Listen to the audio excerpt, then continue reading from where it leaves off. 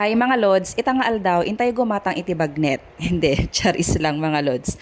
So itatangaal daw, kaduak ni mamang kani papang, adadtoy kami tatta Vegan City Public Market. Imay kami agatang iti natnateng, most especially mga lodiha, favorite mi ngamin iti okra sili. So mahilig kami nga pagtipunan dahitan gatangan mi. So nalakalaang ditoy. So gimata kami pa iti tarong, kastamoten iti kangkong, bulong iti kamutit, petchay, basta ado mga ludi. Kasi mahilig ni Papang iti dinengdeng. Kasi no mahilig ka iti dinengdeng, talagang umatidog ka no iti biyag mo mga ludi. So tatan adda kami dito yung meat section. So gimatang laang ni Papang iti may nga styro nga tinagjan kat bagnet mga lodi. So 100 pesos matla ang data. So longganisa mabaling nga 100, 120 so depende no matawaran mga lodi. 12 pieces di giant. So nananam ti longganisa iti Vegan City mga lodi. Tatta di magas ni Papang panggimatang iti chinelas na ta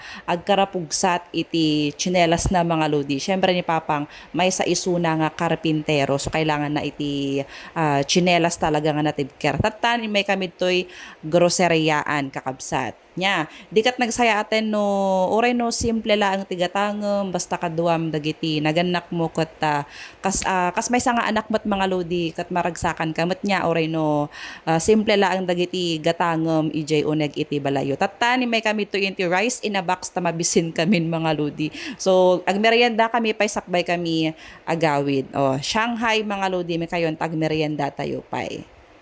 Di ba? Naggimas kakabsat. Kat yan tangay tamalemen kakabsat mapangkabin ijay terminal iti PUB ta agawid kami maten.